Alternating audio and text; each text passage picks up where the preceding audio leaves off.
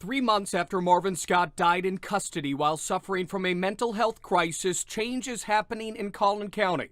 My staff and I. Collin County Sheriff Jim Skinner said a new work group will look for lessons learned from Marvin Scott's death.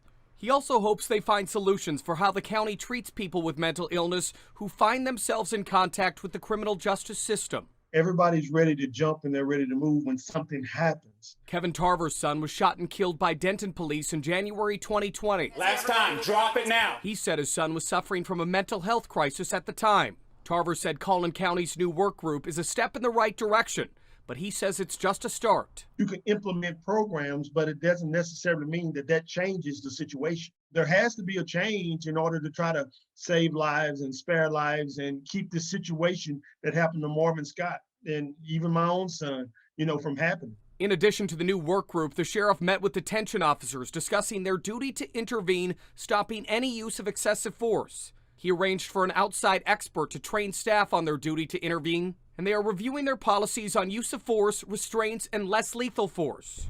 But Tarver wants something else. It's not just about the training. There has to be accountability above all, in order to regain public trust. Monday's announcement comes less than a week after a grand jury cleared all 8 officers involved in the death of Marvin Scott. The grand jury found no probable cause to charge any person with a criminal offense. Still, his death has made quite an impact in Collin County. At least it's a start in the right direction, but it's definitely, like I say, it's definitely not going to be enough. In McKinney, I'm Alex Rozier.